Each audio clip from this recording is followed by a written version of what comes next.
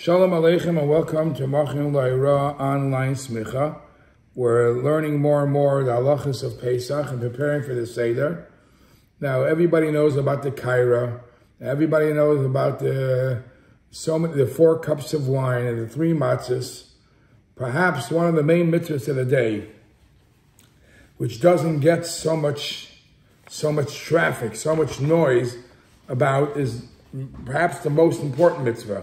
The mitzvah of והגדת לבנך. והגדת לבנך means to speak and tell your son the story of Pesach. Now, there's a lot of details of how that mitzvah is performed, how that mitzvah is performed, when the mitzvah is performed, to who the mitzvah is performed, with who the mitzvah is performed, has a lot of details, just like anything else in the night of Pesach. So let me quote to you what the Rambam says in Hilchas Chametz U'Matzah, Perik Zayin Halacha Aleph. The Rambam says like this: Mitzvah Saseh L'Shal Torah. It's a positive commandment of the Torah. L'Saper B'Nisim V'Nefloi Shenasal Aviseinu Mitzrayim. To speak about the miracles and the wonders that what was done to our forefathers in Egypt. B'Leil Chamisha Asar, on the night of the 15th, the night of the Seder. Shenemar, as the pasuk says. Remember, there's a bunch of psukim that tell us this mitzvah. But the Rambam said like this: Zocher es yom hazeh sheyatzasim miMitzrayim. We have to remember the day that we left Mitzrayim. K'moi shene'emar, just as it says, Zocher es yom haShabbos l'kach. Zocher es yom haShabbos. That you have to remember the day of Shabbos. Just like Shabbos, we remember it, we say things to remember it. So on Pesach night, we also have to say things to remember, so we also have to remember that leaving Mitzrayim. How do we know that remembrance has to be done on the night of Pesach? By Shabbos, it says, Zocher Yom HaShabbos L'Kachay. Remember to sanctify the day of Shabbos. Over here it says, remember the day you left Mitzrayim. How do you know that it means on the night of Pesach you have to remember it? Talmud Loimar, that's why the pasuk says, another pasuk, V'gadat levincha b'yoyim ahu leimer. On that day, you should tell your son, speak to your son, and say, Ba'avur zeh, because of this, the Eibishter took us out of Mitzrayim. What is Ba'avur zeh? What's the this? Obviously, there is something that he's pointing to. Pointing to Bishah Shamatzu Umara Menachem Lefanecha. This is the Gemara in Psachim. Because he's having a talk with the kid, with his child, about Yesias Mitzrayim. He's saying, Ba'avur zeh, see what we're doing now? We have Matzah Umara. Because of Matzah Umara here, and I could show it to my son, that is when you fulfill the mitzvah of Sibur Yetzias Mitzrayim. So you have the mitzvah from the pasuk, Zocher Yom HaShabbos, Zocher Yom HaZeh. You have to remember leaving Mitzrayim, specifically in the night of Pesach, because of Ba'avur Zeh. And the truth is, Zechiras Yetzias Mitzrayim, remembering that we left Mitzrayim, is not only a mitzvah that we do only on Pesach. It's a mitzvah that we do every single day. We do it every single day. In Kriya Shema, we have a chiyuv to remember that we left Mitzrayim every day of our life. So all the commentaries, and the Rebbe also talks about it in the Haggada, ask what is unique on the night of Pesach if it's every night is the same way. And we say, Afilu kolanu chachamim, kolanu nevainim, even if we're wise and smart and we know everything, we still have to, the night of Pesach, you still have to speak about this story. And the Rebbe asks the question, even though this is something that happens every single day of the year, the Rebbe gives 6 differences. Number 1, every day you could just think about it in your heart, or think about it in thought, but you don't have to verbalize it. Whereas on the night of Pesach, you actually have to speak about it, because the pasuk says, "V'higadat levincha." You have to speak about it. Number 2, Every day of the year, it's enough to mention it. Think about it. Right? On Pesach, you actually have to say a story. Mitzvah Sipur Yetzias Mitzrayim. Number 3, there are those that say that on Pesach, as we know, on the night of the Seder, it starts off with the kids asking the questions. And you're responding to the questions that they ask. So there's another difference. Every day of the year, as you're sitting and relaxing, you can fulfill the mitzvah by thinking about it or whatever. But there's no dialogue. On Pesach, it has to be like a question-answer session. When your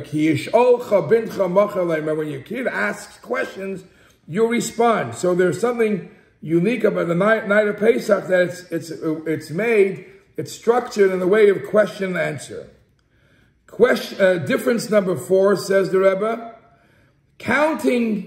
speaking about Yetzias Mitzrayim on the night of Pesach is actually one of the mitzvahs of the Torah.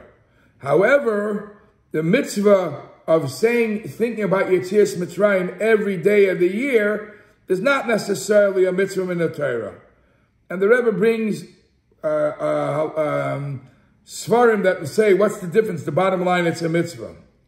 Number 5, mentioning Yetzias Mitzrayim every day, that's not going to happen when Mashiach comes, according to Ben Zoma. However, the part of Yetzias Mitzrayim on Pesach will.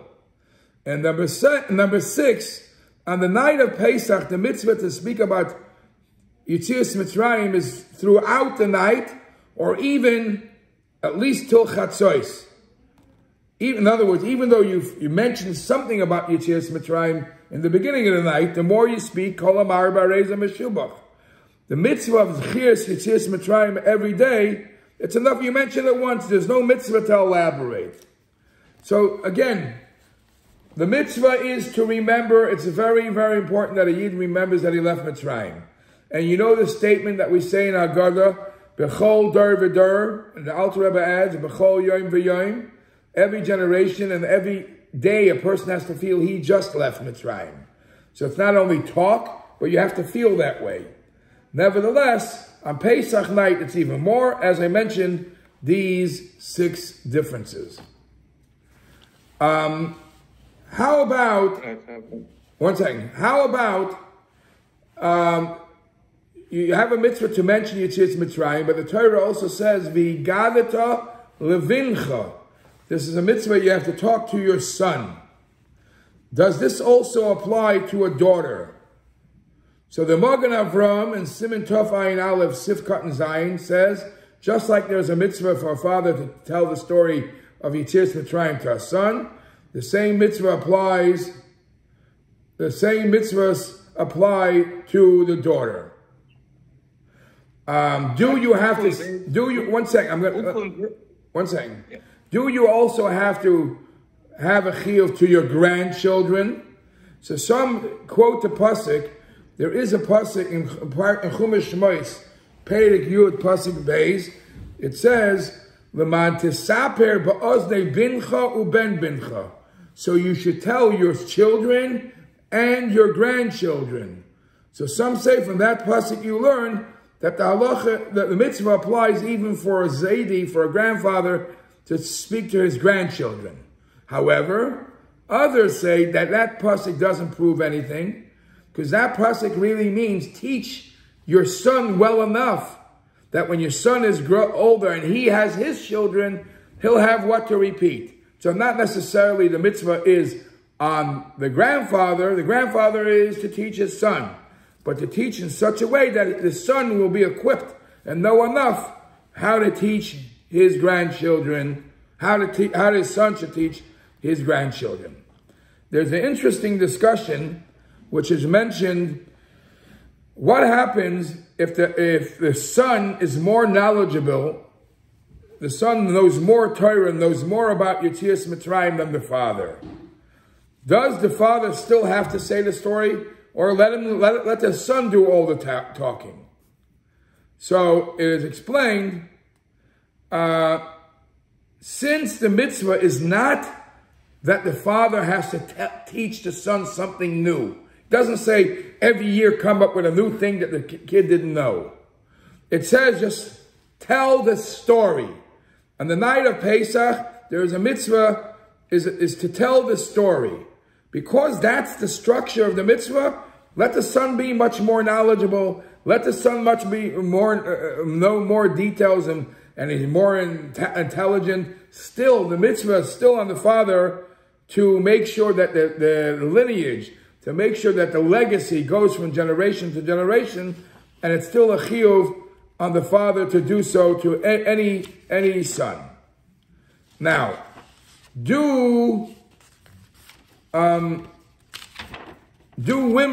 are women obligated on this mitzvah, in this mitzvah?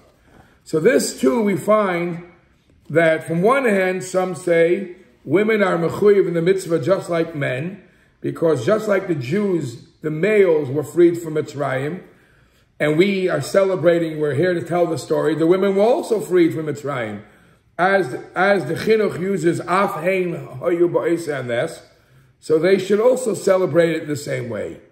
Others, however, say that that's not min ha-Torah, it's only midrabanan, and the reason for this is, since this is in Tosfos holds, since it's a mitzvah that happens from time to time, it's not a mitzvah that happens very often. This part, the Sipur Yetzias Mitzrayim, the night of Pesach, is mitzvah sasesha as man grava, so it's not a chiyuv min ha-Torah. Others give a sort of a compromise, and they say, others go a step further, and they say that women are not even mechuyev midrabanan. Why? They were free just like the men. So he says, the chiyuv of the af hein hoyu ba'isa and this only obligates them to do things that are midrabanan mechuyev, like dalit koises, the 4 cups. Yes, the women have to drink, but mitzvahs the things that are min ha-Torah, like the mitzvah of והגדת לבנך, the concept of af hein hoyu ba'isa and this does not obligate them. We find by Chanukah, Purim, all the things that's all rabbinical mitzvahs. Rabbinical mitzvahs they become obligated because of the fact that they were part of the miracle. But mitzvahs min ha-Torah, even though they're part of it, because it's a timely mitzvah, maybe it's awesome, maybe they even exempt the Rabbanon, and the proof for that is Sukkah. A woman is not necessarily mechuyev in the Sukkah, even though she was also part of the miracle. But because it's a timely mitzvah, the af hein oisanes doesn't apply there. What are the reasons that women should be obligated? So there are other reasons that are brought. One reason is the women are obligated in the drinking of the dalit koises. So for them to be able to drink the dalit koises on the Seder, so therefore they should say the Haggada, because every one of the 4 cups is said over another part of the Haggada. So even though they might not be obligated in ha-Torah, but the system of the Haggada is set up so systematic that every part has another cup, and the cups they are obligated. Now, the Rambam says, as we started this year, that the mitzvah of remembering Yetzias Mitzrayim is very much alike to the mitzvah of remembering Shabbos. And since by Shabbos women are obligated in the Kiddush of Shabbos, so too others say the women should be obligated in the Zechiras Yetzias Mitzrayim. And there is many other reasons why a woman should get involved. What happens to a woman that can't say the whole Haggada because she's busy, she has a family? So there's a couple of parts of the Haggada that's the most important.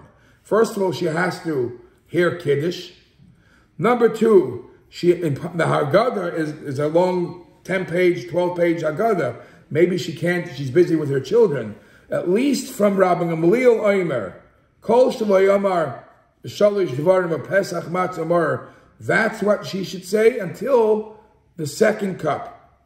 Because those three things, to mention Pesach, Matzah, and Maror, and discuss a little about that, if you don't mention the night of Pesach, Rabbi Gamliel says you didn't fulfill the mitzvah.